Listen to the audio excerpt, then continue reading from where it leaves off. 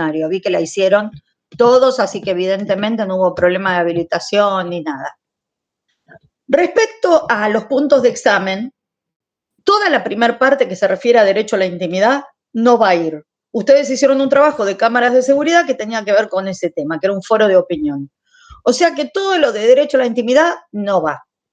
Solo acuérdense que sí puede ir, puede ser que haya una pregunta relacionada con eso, por eso, por las dudas les aviso. Vieron que una vez dijimos que cuando entra en conflicto el derecho a la intimidad con otros derechos, hay que ver a cuál le damos prioridad. Cada caso es particular, ¿no? Pero bueno, pero respecto a los empleadores o empresarios que contratan a una persona para que desarrollen un software, habíamos dicho que cuando alguien es contratado para desarrollar un software, en horario de trabajo, con material de trabajo, ¿quién puede registrar ese software? No, bueno, sí, eso sí lo habíamos dicho, pero en realidad, bueno, el que registra el software sí habíamos dicho que siempre lo registra el empleador, o sea, si no dice nada, el contrato no está establecido en ningún lado, lo va a registrar el empleador, o sea, el que lo contrató. Pero no, no era eso lo que les quería decir. Lo que les quería decir de derecho a la intimidad en conflicto con otros derechos era el derecho a la intimidad cuando entra en conflicto con el derecho del empleador de monitorear lo que hacen los trabajadores en horario de trabajo. En ese caso, parecería que hay un conflicto de derechos, porque todos nosotros cuando entramos a nuestro correo institucional ponemos una clave y pensamos que nadie lo va a espiar, que estamos tranquilos, hay una legítima expectativa de privacidad. ¿Puede el empleador entrar y monitorear lo que hacemos en horario de trabajo? ¿Puede pedirle al sector de informática que controle lo que hacen los empleados en horario de trabajo? Habíamos dicho que sí, pero ¿alguno se acuerda cuál era la condición? ¿En qué caso? Que esto no está escrito en ninguna norma, en ningún lado, ni en la ley de contrato de trabajo, ni nada. Solamente lo han dicho exacto. Como dice acá Zambrana, perfecto, tal cual, con aviso previo. Es decir, que lo que han dicho los jueces, porque no está en ninguna ley, pero los jueces cuando tuvieron que fallar en algún caso, tal vez en algún caso de despido, porque tal vez a alguien lo despidieron por estar en horario de trabajo haciendo otra cosa o por utilizar el correo institucional de la empresa para fines ajenos al trabajo. Entonces, en ese caso, han ido a la justicia, han concurrido a jueces laborales y en general la jurisprudencia mayoritaria dijo eso, que el empleador puede monitorear lo que hacen los trabajadores en horario de trabajo siempre y cuando avise en forma fehaciente que los va a controlar, que va a controlar el correo institucional, las páginas a las que accede el trabajador, como quien dice el que avisa no traiciona. Entonces, esto significa que si hay aviso fehaciente, puede controlar y no estaría vulnerando el derecho a la privacidad. O digamos que en realidad lo estaría vulnerando, pero no se consideraría una falta. Los jueces no lo considerarían una falta. Acuérdense de este punto, pues también puede ser una pregunta de examen. ¿Qué pasa cuando entra en conflicto el derecho a la intimidad y el derecho del empleador de monitorear lo que hacen los trabajadores en horario de trabajo? El uso del correo institucional y todo eso. Cuando hablamos de que tiene que avisar en forma fehaciente, fehaciente quiere decir comprobable, o sea, no verbalmente, por teléfono, porque eso después como que las palabras se las lleva el viento. Tiene que avisarlo por escrito, ya sea con un memorándum que los empleados firmen, o vía mensaje correo también puede ser, porque yo les dije que legalmente en el Código Penal dice que toda prueba documental es aquella información con independencia del soporte utilizado para su almacenamiento. O sea, si ustedes mandan un mail, eso es prueba documental y eso tiene validez judicial. O sea, esas pruebas más otras que puedan aparecer, testigos u otras pruebas, son indicios y muchos indicios forman prueba. Entonces, perfectamente todo lo que sea vía tecnológica, sea un mensaje de un correo, un WhatsApp, una captura de pantalla, información que está dentro de un pendrive, todo eso es prueba documental. La prueba informática o tecnológica es prueba documental. El día de mañana, tal vez si alguno de ustedes se quiera anotar en el Poder Judicial y actuar como perito informático, lo puede hacer. se anotan en un juzgado cualquiera de nación, de capital, depende en qué foro quieran estar, se pueden anotar en todos los que quieran. Y después los sortean y les van a dar casos de pericias que ustedes pueden hacer y por ahí van a tener que decir si algo es real o está hecho con inteligencia artificial, o sea, van a tener que emitir opinión de si es veraz, es cierta la prueba informática, bueno, todo eso, así como hay peritos calígrafos que determinan si una firma es verdadera o no, es realmente de una persona o no, ustedes como peritos informáticos van a poder entender en todos estos casos relacionados con la informática, lo pueden hacer. Son auxiliares de la justicia, ¿no?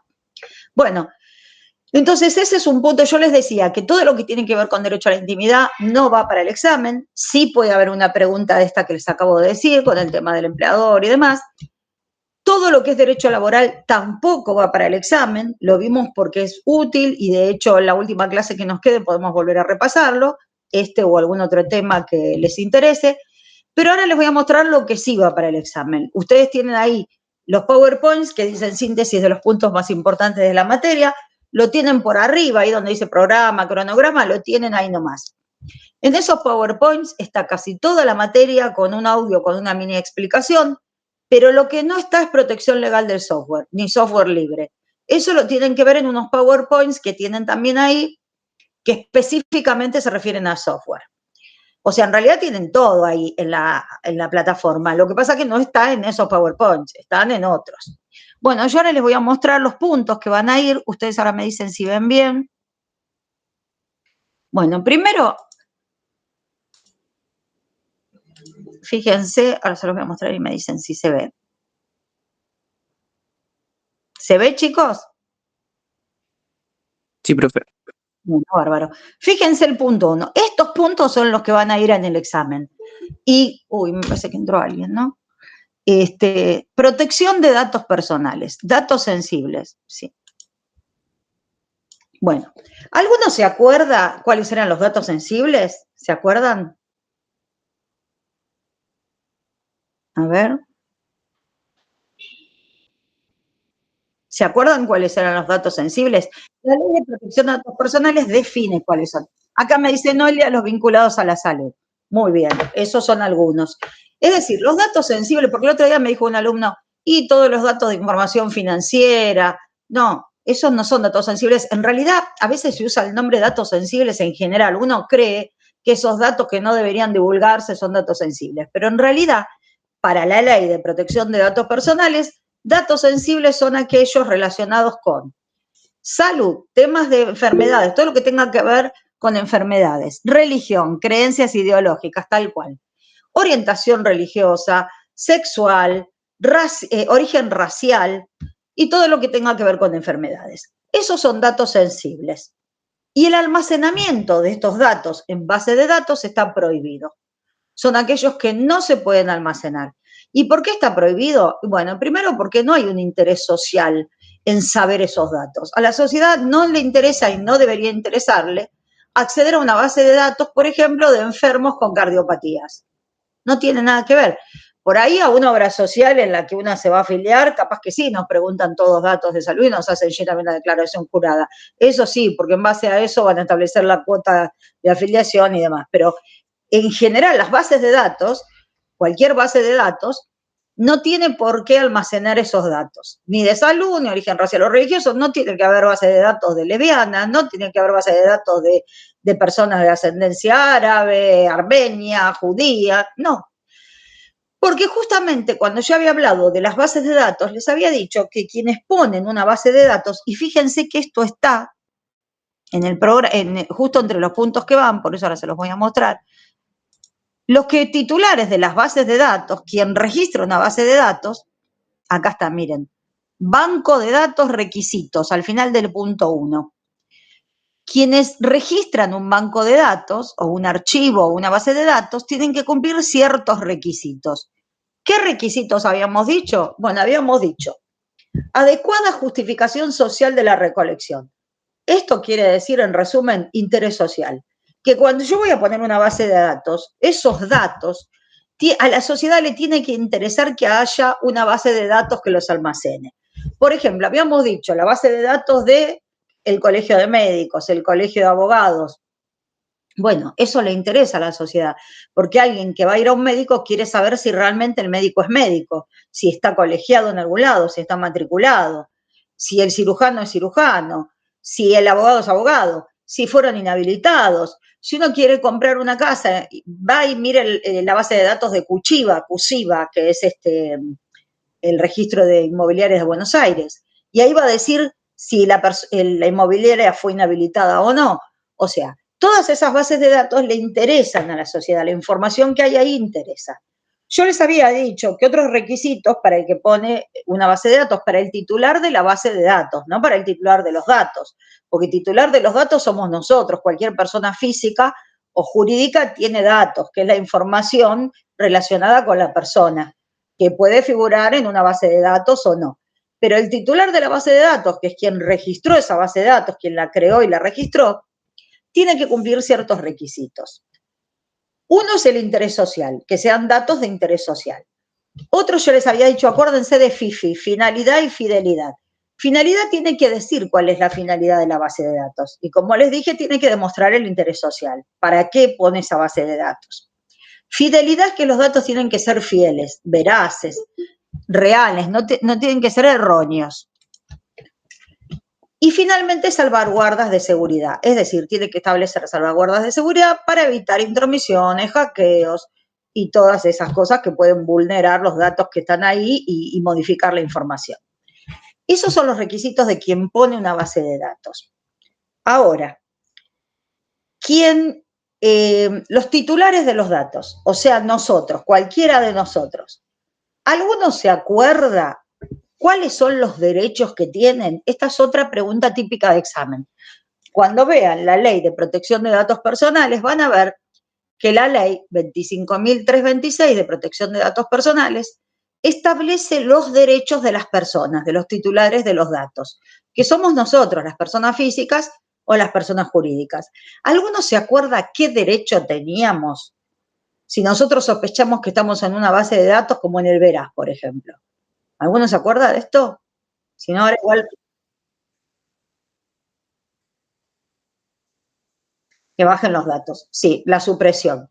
Bueno, fíjense, vamos a repasar de nuevo esto y a ver si repasando esto ya lo aprenden y ya les queda, porque es muy fácil. Fíjense, lo vamos a volver a ver porque esto es un punto de examen importante y que preguntas de protección de datos personales y protección del software va a haber seguro. Software libres también, porque yo acá no puse software libre porque ya lo había subido antes, pero donde dice protección del software, acá en el segundo punto, también va software libre. Cuando hablamos de software en general, también va sí, acá está software libre. Pensé que no estaba, pero sí está. Bueno, fíjense arriba, protección de datos personales. Datos sensibles, lo acabamos de decir. Derechos de los titulares de los datos. Ley de habeas data, 25.326 es la ley de protección de datos personales. Reclamo ante la Dirección de Datos Personales. Acción judicial de habeas data. Artículo 43 de la Constitución.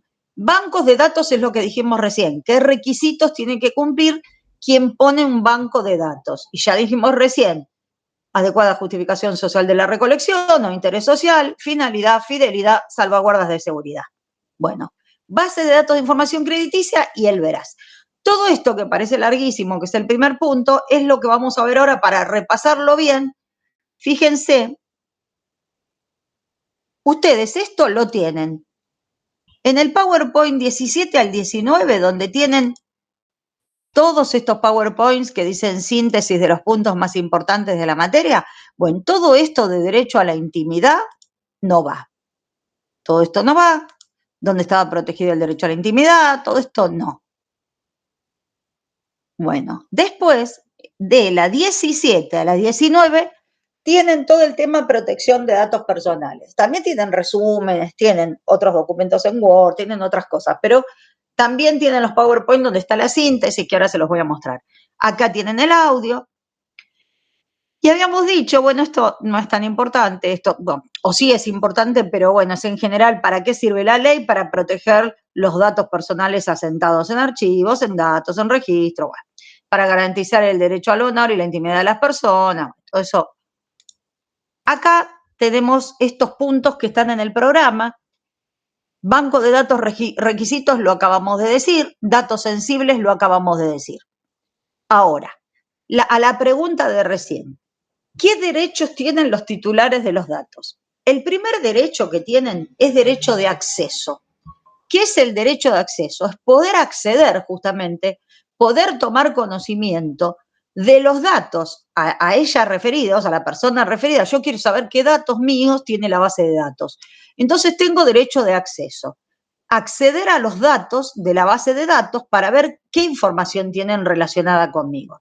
Este es el derecho de acceso, tomar conocimiento de los datos. Por ejemplo, en el Veraz o en cualquier base de datos. Supongamos en un padrón electoral al que yo nunca me afilié y resulta que estoy afiliada. Bueno, quiero saber en qué base de datos estoy, por qué estoy. Bueno, eso por un lado. ¿Qué datos míos tienen? Después, por ejemplo, puede ser el Veraz, lo mismo. A ver, yo estoy en el Veraz, pero si yo pagué el Veraz, ¿por qué tengo que estar? A ver qué datos tienen, a ver qué les figura. Todo eso es el derecho de acceso, que es poder tomar conocimiento de los datos. Si esos datos son falsos, desactualizados, entonces yo puedo pedir la rectificación, actualización o supresión.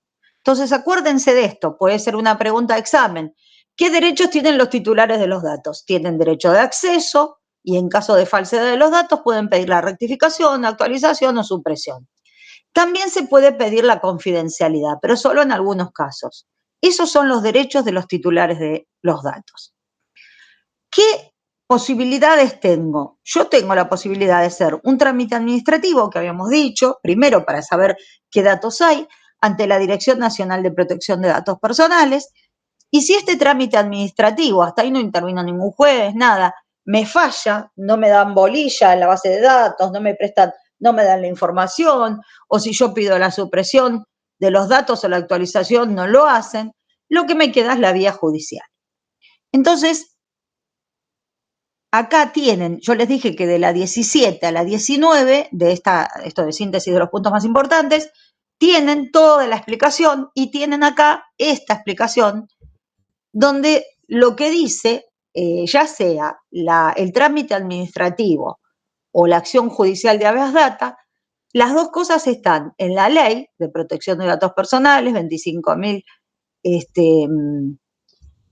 536 o en el artículo 43 de la Constitución.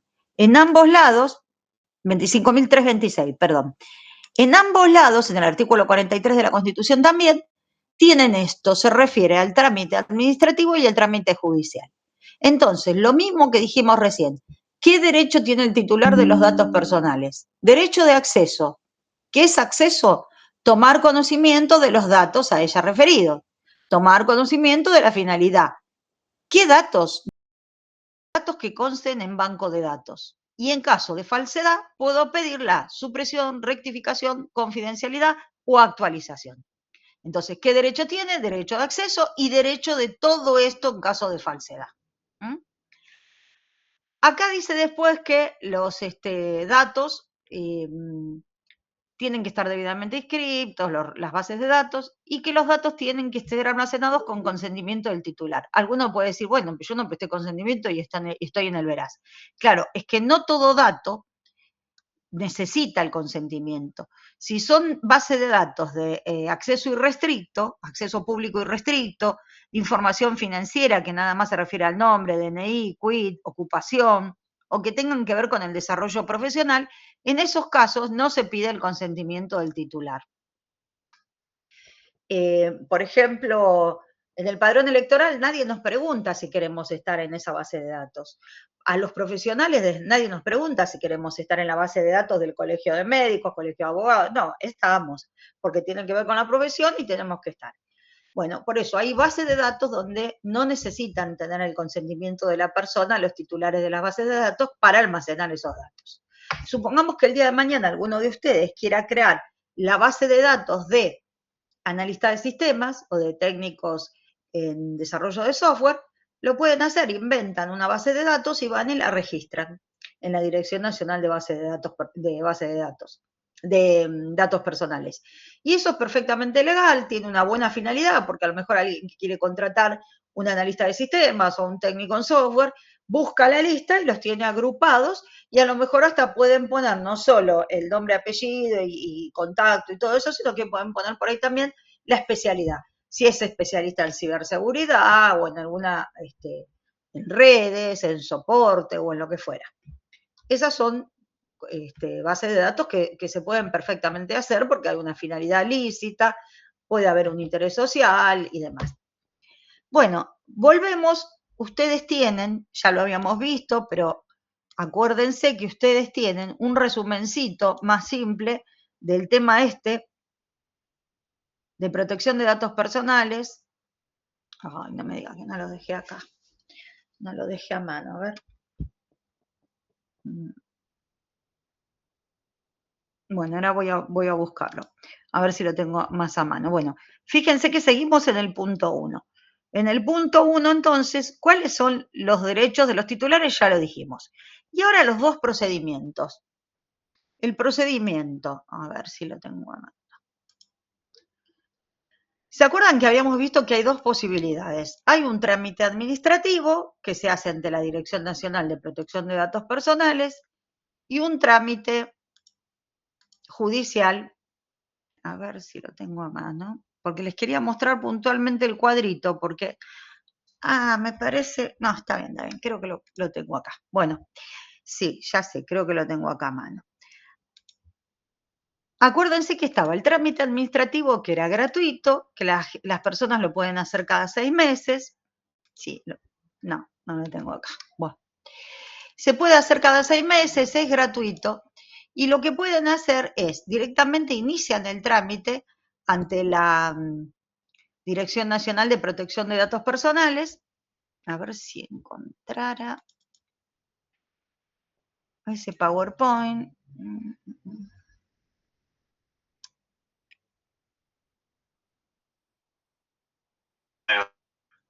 No lo tengo a mano, no, lo estoy buscando a ver si... No lo tengo a mano, qué lástima, creí que lo tenía por acá a mano. No. Bueno, no importa, igual ustedes lo tienen puesto ahí, ¿eh? Bueno, no importa, lo van a ver, se van a acordar, era muy simple. Van a ver que yo había puesto, que tenían, ¿se acuerdan que habíamos puesto hasta los dibujitos? Bueno, después antes de que termine la clase por ahí lo encuentro, porque pensé que lo tenía minimizado acá, pero veo que no. No. Bueno, van a ver que habíamos dicho que hay un trámite administrativo que se hace ante la Dirección Nacional de Protección de Datos Personales cada 6 meses, sin abogado y gratuito. Ustedes ponen en Google Dirección Nacional de Protección de Datos Personales y los va a redirigir a la página de argentina.gov.ar, donde van a ver esta dirección, donde ahí les va a explicar para qué sirve la dirección, cómo pueden hacer el trámite. Si excepcionalmente ustedes no pueden esperar los 6 meses, porque es cada 6 meses, por alguna razón bien fundada, supónganse que yo quiero pedir un crédito y salta que estoy en el Veraz. Y estoy dudosa y quiero pedir que me supriman del Veraz, porque digo, yo no tenía por qué estar ahí, o ya pagué o no sé si estoy dudosa, o sé que estoy, pero me tienen que suprimir la información. Bueno, y a lo mejor yo ya consulté hace 3 meses y es cada 6 meses y yo necesito hacerlo ya porque tengo que pedir el crédito. Bueno, puedo fundamentar bien y puedo volver a acceder a la Dirección de Protección de Datos Personales y pedir que el Veraz manifieste qué información tiene. Yo les había puesto esos dibujitos en esos PowerPoints donde ustedes veían el trámite administrativo y el trámite judicial. También les había dicho que no solo en la ley 25.326 de protección de datos personales, sino que en el artículo 43 de la Constitución, ¿se acuerdan que habíamos visto que yo les conté que estaba el habeas corpus, la acción de amparo y la acción de habeas data? Si yo inicio todo este trámite administrativo ante la Dirección Nacional de Protección de Datos Personales, le pido a la dirección, digamos, que interceda ante la base de datos para que me digan qué datos, qué información mía tienen en el Veraz, por ejemplo, y esta dirección le da traslado a la base de datos y la base de datos no contesta en forma reticente, no pasa la información, o sí pasa la información, pero cuando yo veo que es falsa y pido la rectificación o supresión de los datos o actualización, no lo hacen. Entonces, lo único que me queda, la única vía que me queda es la vía judicial, que es la acción de habeas data, acción judicial, porque ya no es un trámite administrativo, ahí sí tengo que poner abogados, se sortea la causa, como si fuera cualquier juicio, y por supuesto no es gratuito, porque tengo que abonar los gastos del letrado patrocinante, del abogado. Entonces ahí sí va a intervenir un juez, y es el juez quien da traslado de mi demanda a la base de datos, y la base de datos tiene que contestar. Habíamos dicho que en el trámite administrativo la dirección le da 10 días al titular de la base de datos. Yo no les voy a preguntar en el examen cuántos días les da, porque se van a confundir, porque acá son 10 días, después cuando es el juez, cuando interviene el juez son 5, después me dan 3 días más a mí para que amplíe la información, no importa, porque después se van a hacer una ensalada que se van a mezclar si eran 3, 5 o 10 días, no importa. A mí lo que me interesa es que sepan, que les quede claro que tienen 2 vías, 2 posibilidades, un trámite administrativo y un trámite judicial. Que el administrativo es gratuito cada 6 meses y no hace falta abogado, y el judicial sí, interviene un abogado. Cuando el juez le da traslado a la base de datos, le exige que me den la información, ahí el plazo es menor, es de 5 días, porque en general este tipo de causas judiciales tienen procesos bastante cortos. Si ahí la base de datos no da información o da información y yo cuando veo que es falsa no la quieren suprimir, ahí el juez va a emitir sentencia, va a decir cuál de las dos partes tiene razón, si yo o el titular de la base de datos.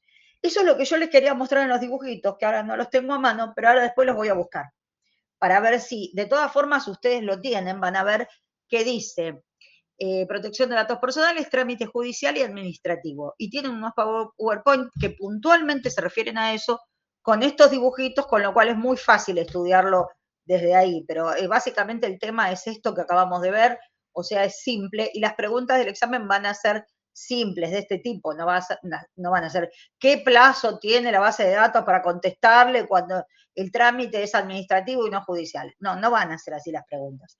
Van a ser sobre los aspectos más importantes.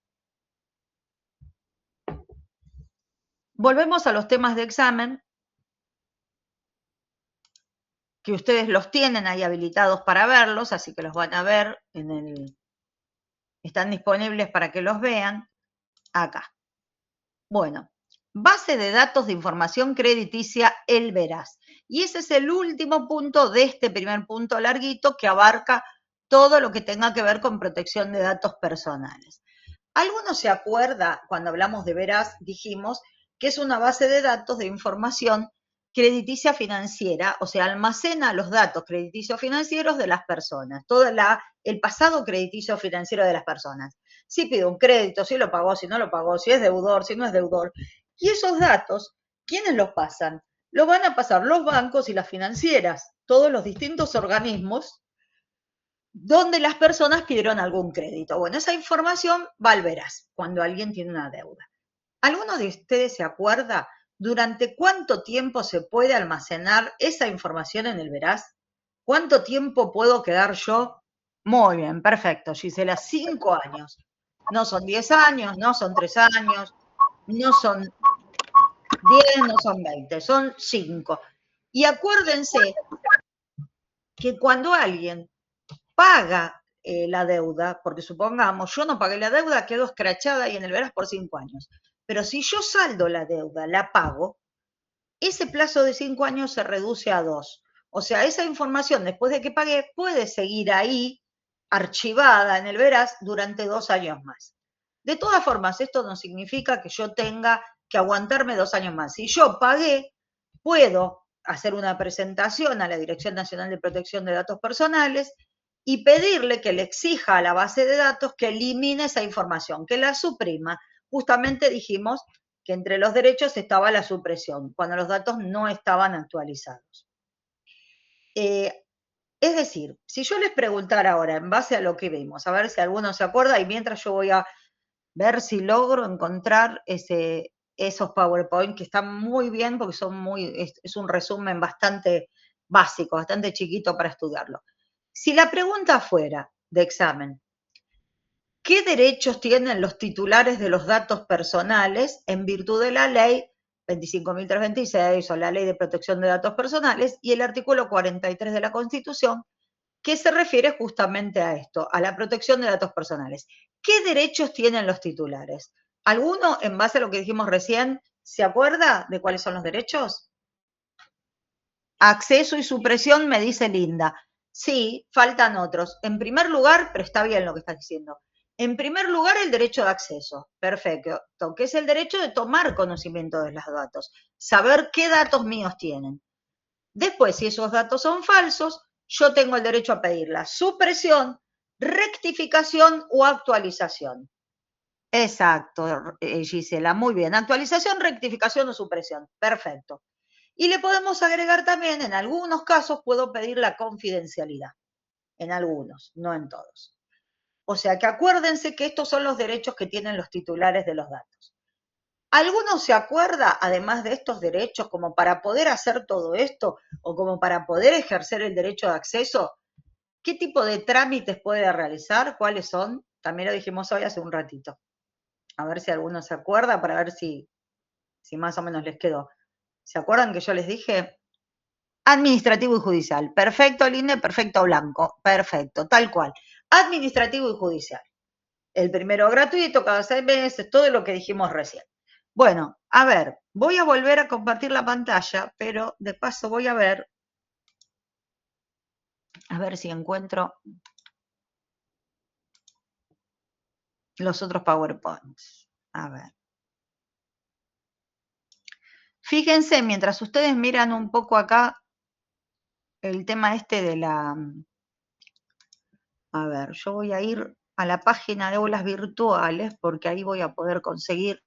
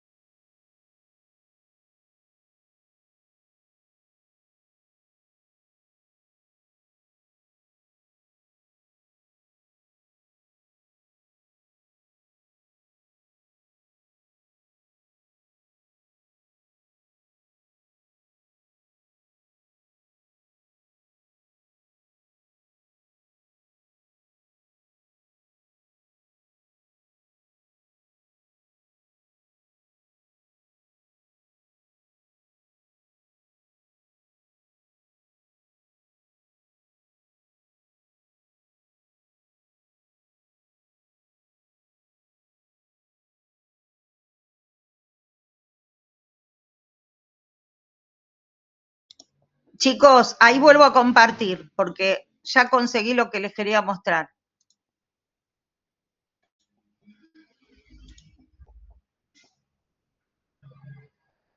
Ahora me dicen si lo pueden ver, ¿eh? Ahí está, ¿se ve, chicos? Sí, profe. Bueno, bárbaro. Acá está, estos son los PowerPoint que yo les decía, que dicen protección de datos personales y acá tienen el trámite administrativo que se hace a través de la Dirección Nacional de Protección de Datos Personales y el trámite judicial, que se interpone la acción judicial de habeas data, protección de datos personales. Habeas data viene del latín, que es protección de datos personales. Acá tienen lo que habíamos dicho, o sea, la finalidad, para qué sirve esta, la acción de protección de datos personales sirve para tomar conocimiento de los datos, ese es el derecho de acceso justamente, el que hablábamos recién, para tomar conocimiento de los datos almacenados en archivos, registros, bancos de datos, públicos o privados, destinados a proporcionar informes y de la finalidad de aquellos. Todo este inciso A no es más ni menos que el derecho de acceso. Y en los casos de falsedad, inexactitud, desactualización de esa información, yo puedo pedir todo esto. rectificación, supresión, confidencialidad o actualización. No deja de ser lo mismo que ya vimos, pero bien resumidito. Por eso les decía que estos PowerPoint están buenos. Y acá tienen los dibujitos que yo les decía. Yo acudo a la Dirección Nacional de Protección de Datos Personales, interpongo la acción administrativa, hasta acá no intervino ningún juez, lo hago yo. En Google pongo Dirección Nacional de Protección de Datos Personales y ahí tengo toda la explicación. Cómo lo hago, me redirige a la página de argentina.gov.ar y acá le dan traslado a la base de datos. Y la base de datos va a responder qué datos tiene míos. Esta Dirección de Protección de Datos Personales depende de jefatura de gabinetes. En última instancia, el jefe de gabinetes depende del Poder Ejecutivo. Por eso es un organismo del Estado, ¿no es cierto? Por eso los va a redirigir a argentina.gov.ar. Acá entonces esta base de datos contesta, acá los 10 días que yo les decía, y cuando contesta, si los datos son falsos, ahí yo solicito la supresión, rectificación, actualización o confidencialidad en algunos casos. Esto es lo que yo les decía recién, que es exactamente lo mismo, pero más sintético. ¿Qué pasa si la base de datos no me da bolilla, no contesta o no suprime los datos? Me queda la acción judicial. Acá está lo que yo les decía, que yo voy ante el juez. Acá ya sí tengo que poner un abogado. El juez hace lo mismo que hacía la Dirección Nacional de Protección de Datos Personales, pero ahora lo hace el juez, le da traslado a la base de datos que tiene 5 días, ya no 10 como tenía antes. Después que me muestran los datos, yo tengo 3 días más para ampliar y decir, no tengo que estar en el veraz, porque yo la deuda que figura ahí con el banco, no sé, Galicia, ya la pagué, acá está el libre deuda. Entonces este banco de datos tienen que eliminar la información y suprimirla. Está mi opinión, está la opinión del banco de datos, el banco de datos puede decir, no es verdad, usted no la pagó. Bueno, entonces es el juez quien va a dictar sentencia. Y ahí termina, por eso es que les decía, acá está, que el juez dicta sentencia y él va a decidir cuál de las dos partes tiene razón. Bueno, esto era lo que yo estaba buscando, ahí lo tienen, ustedes lo tienen en la página. Volvemos a el tema del temario, ahí está. Bueno, se ve, ¿no, chicos? Sí. Segundo punto. Protección, bueno, no, antes de ver este punto de protección legal del software, porque no me acuerdo si lo vimos otro, que lo vimos el tema de contraseñas, pero me parece que vimos otros PowerPoint donde no estaba todo esto. Ustedes díganme en todo caso si lo vieron. ¿Estos lo vieron, chicos? Cuando las amenazas a la seguridad de la información atentan contra la confidencialidad, integridad y disponibilidad, esto no lo vimos, ¿no? Creo que no. Parece que no. Bueno, igual me parece que alguien levantó la mano o no. Ah, bueno, escuché un ruido. Bueno, vamos a ver, habíamos visto lo que eran las contraseñas. Este tema sí va también para el examen, pero también es muy simple, muy fácil. Habíamos visto lo que era ataque por diccionarios, ataque por fuerza bruta, pero acá lo tienen, este apunte está más completo. Habíamos dicho, supongo que lo están viendo, ¿no, chicos? Cualquier cosa me avisan, ¿eh? Bueno, habíamos dicho que las contraseñas son caracteres que se utilizan para completar el proceso de identificación o autenticación de un usuario que quiere acceder a un recurso.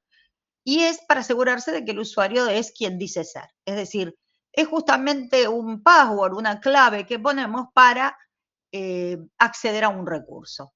El recurso puede ser una página de correo electrónico, una red social, home banking, cualquier sitio de compra, un servicio de chat. Bueno, yo quiero acceder a alguna de esas páginas y para eso tengo que poner una contraseña.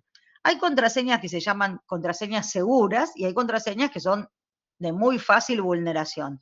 Yo les había dado el ejemplo, la vez pasada les dije que un consejo era, por ejemplo,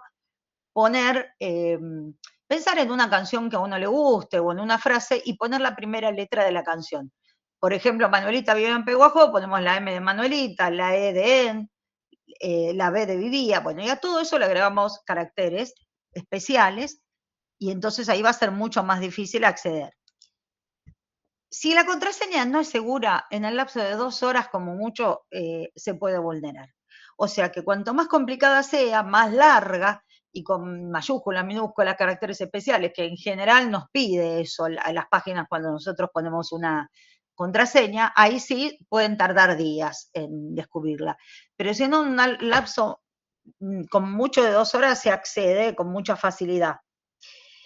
Y justamente tenemos que tomar ciertos recaudos para la seguridad de la información. ¿Qué es seguridad de la información? Es un conjunto de procedimientos y herramientas que protegen la información confidencial de la empresa frente al uso indebido, acceso no autorizado, interrupción o destrucción. Fíjense que todo esto, el acceso indebido, la interrupción, la destrucción, son delitos. Cuando vimos el delito de daños dijimos que tenía que ver con la destrucción, inutilización de un sistema informático, por ejemplo, de una base de datos. Ese era el delito de daños. Pero el acceso no autorizado a un sistema informatizado también es un delito. Son distintos tipos de delitos. Para mantener la seguridad de la información y para evitar todos estos accesos no autorizados, para evitar ser víctima de delitos, existen procedimientos y herramientas que justamente protegen la información. Pero no obstante eso, hay algunas amenazas a la seguridad de la información. Hay amenazas que se refieren atentan contra la confidencialidad, otras contra la integridad de la información y otras contra la disponibilidad. Algo confidencial es algo secreto, digamos, o que solamente tienen acceso determinadas personas, las personas autorizadas. Algunas amenazas pueden atentar contra la confidencialidad. Entonces, si cualquiera tiene acceso, una persona que no está autorizada, accede a la información, está atentando contra la confidencialidad.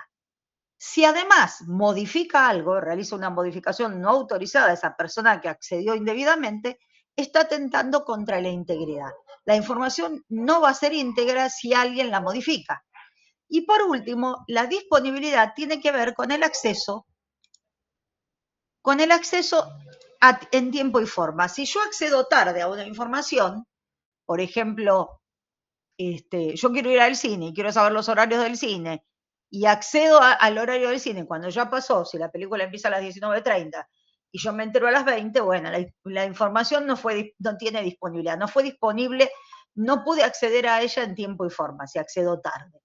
Bueno, esta es otra hay amenazas que atentan contra la disponibilidad. O sea, van a hacer que después las personas que tienen acceso autorizado no puedan acceder en tiempo y forma a esa información.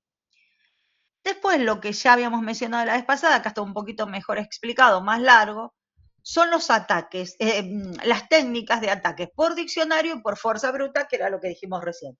Que es muy fácil, muy simple, porque esto lo deducen si hay alguna pregunta de examen relacionada con esto.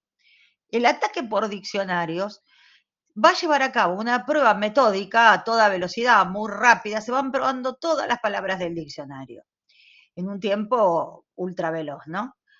Pero cuando hablamos de diccionario, no es solamente el diccionario de la Real Academia Española, el diccionario español, el común, el que conocemos todos, sino que puede ser un diccionario especializado. Por ejemplo, que sea un diccionario confeccionado especialmente de acuerdo a una profesión. Los abogados, por ejemplo, manejamos algún tipo de lenguaje jurídico, los médicos también, los informáticos posiblemente también, que sean desconocidos por otras personas. Por ahí, qué sé yo, software malicioso, hay terminología que otra persona no tiene demasiada idea de cuál es el alcance de esa palabra. Bueno, pueden utilizarse diccionarios relacionados con etnias, zonas geográficas, por ejemplo, los diccionarios de lunfardo, que son diccionarios con palabras en dialecto porteño, por ejemplo, que usan los porteños y sin embargo no usan otro tipo de argentinos de otras provincias. O puede ser diccionarios de Barcelona. El catalán es como un dialecto que utilizan las personas de Barcelona y se habla en Barcelona y no se habla en el resto de España. O el siciliano, que es un dialecto que se utiliza en Italia y que no se habla en el resto de Italia, solamente en Sicilia. Bueno, este tipo de diccionarios también se pueden utilizar y entonces se hace esta prueba metódica para averiguar las contraseñas. Y el ataque por fuerza bruta va a probar todas las combinaciones posibles de letras, números y símbolos. Ya no las palabras del diccionario, sino letras, números y símbolos. Y así se van probando las contraseñas, de manera automática, ¿no? Como les dije recién, depende el mecanismo de protección, la longitud de las claves y todo eso pueden ser más o menos efectivas, al igual que estos ataques. Si la contraseña es muy simple, es muy fácil acceder a ella. Fíjense, por ejemplo, esta contraseña. Una contraseña que se llama Carla1. ¿Qué les parece? ¿Por qué no? Primero, ¿es una contraseña segura? Y si no es una contraseña segura, ¿por qué no es una contraseña segura? Porque no contiene caracteres especiales, porque es corta, porque es fácil de adivinar, porque contiene palabras del diccionario. ¿Por qué les parece? Si es segura o no es segura y por qué razón.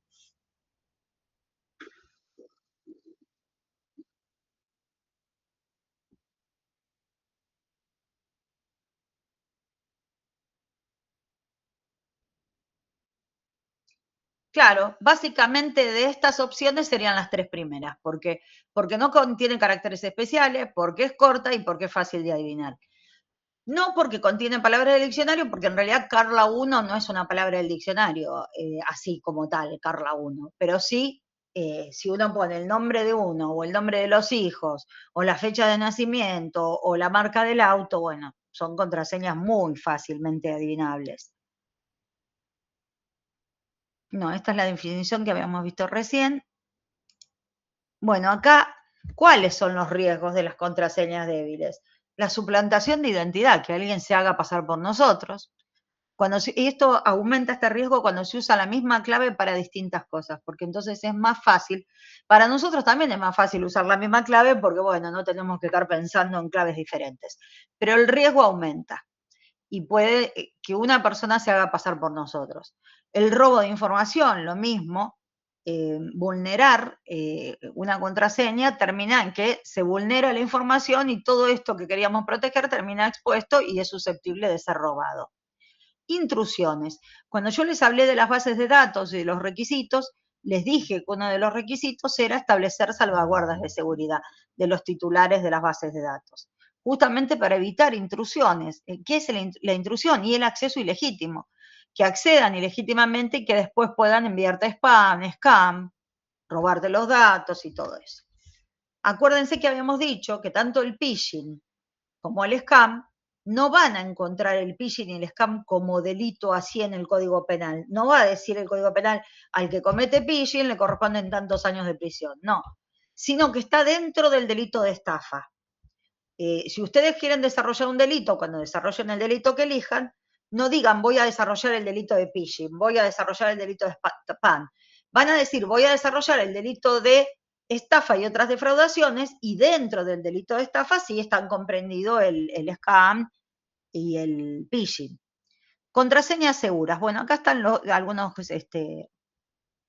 consejos. Personal, o sea, intransferible, no hay que no tienen que compartir las contraseñas de ya ni revelárselas a un tercero, solamente la tienen que conocer el usuario. Modificable por su titular, que solamente la pueda modificar el titular, no que se autorice a otra persona que la modifique. Bueno, si es, salvo a veces pasa que es detectada como una contraseña débil, entonces, bueno, conviene modificarla, y a veces los administradores las modifican cuando uno lo solicita, porque a veces pasa que uno se olvida la contraseña, entonces le pide al administrador que la blanquee. Entonces el administrador te la blanquea y por ahí le pone el nombre de la institución. No sé, uno trabaja en el Ministerio de Defensa y te pone el Ministerio de Defensa, pero uno después la tiene que cambiar, porque eso lo hacen nada más que para blanquearla temporariamente. Difícil de averiguar, y ahí, como decimos recién, no tiene que estar asociada a nombres personales, número de documentos y este tipo de características personales y todo eso, porque obviamente es de mayor riesgo. Acá tenemos entonces el primer punto que acabamos de ver. Bueno, el verás, ya mencionamos también el tiempo y todo esto. Bueno, el de las contraseñas que vimos recién, fíjense, acá está justo, es el punto 4. Vimos el punto 1 y vimos el punto 4. Como ven, es fácil, son puntos muy simples. Vamos a seguir repasando todos los puntos. Ahora A ver, habíamos dicho entonces que el examen era el 20, o sea, tenemos más de un mes, podemos ir repasando las dudas que ustedes tengan. Acuérdense entonces, chicos, después, como todavía falta bastante para el examen, alguna otra actividad les voy a poner ahí para que realicen, pero van a ser estas actividades así simples. Por ahí algún casito, algún caso para que ustedes contesten alguna pregunta o alguna participación en foro. Pero acuérdense, chicos, de hacerla siempre dentro del tiempo y forma eh, para, para poder promocionar la materia. Si ustedes lo hacen dentro yo no me acuerdo si fue en este curso, la verdad que no me puedo acordar, hubo alguien que me había pedido una prórroga para hacer la actividad 2, pero no me acuerdo si fue este curso, pero bueno, no me puedo acordar. Yo lo corrí un par de días, bueno, no me acuerdo, pero hubo una actividad, la 2, que yo la corrí y les di opción a 2 días más, pero bueno, no me acuerdo si era este curso donde me habían pedido. Pero bueno, hasta acá, chicos, ¿alguna duda? ¿Quedó todo claro? ¿Hay algo que no haya estado claro? ¿Todo bien? Bueno, perfecto, bárbaro. Bueno, muy bien. Sí. Profe, consulta que llegué unos minutitos tarde. Entonces, 20 de noviembre el parcial Sí, sería. 20 de noviembre hacemos el examen, que es un examen final donde van a ir esos puntos que acabamos de ver ahí, que son esos 5 puntos, 5 o 6, no me acuerdo, no, me parece que eran, creo que eran 5, esperen, lo tengo acá, 6. Son esos 6 puntos, ahí está, son esos 6 puntos, yo dije que todo lo que tenía que ver con derecho a la intimidad y derecho laboral no va. Así que van esos puntos que tienen ahí. Así que yo les diría que vayan viendo esos PowerPoint que dice síntesis de los puntos más importantes, porque tienen un audio con una mini explicación. Así si hay alguna duda o algo que no les quedó claro, me avisan y tenemos tiempo de verlo.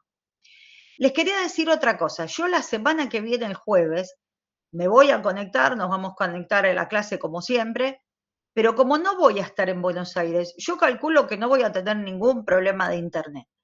Pero por las dudas, yo en principio nos conectamos al mismo mail, todo lo mismo. Pero nosotros tenemos un grupo de Telegram. Si yo llego a tener algún inconveniente o tengo que armar otro Meet o algo, les voy a pasar la información en forma inmediata al Telegram o en mensajería instantánea. Así que ustedes por las dudas estén atentos. De todas formas, yo creo que no voy a tener problemas con internet, pero por las dudas les aviso que si tardo en conectarme o pasa algo, estén atentos a la mensajería de Telegram. ¿eh?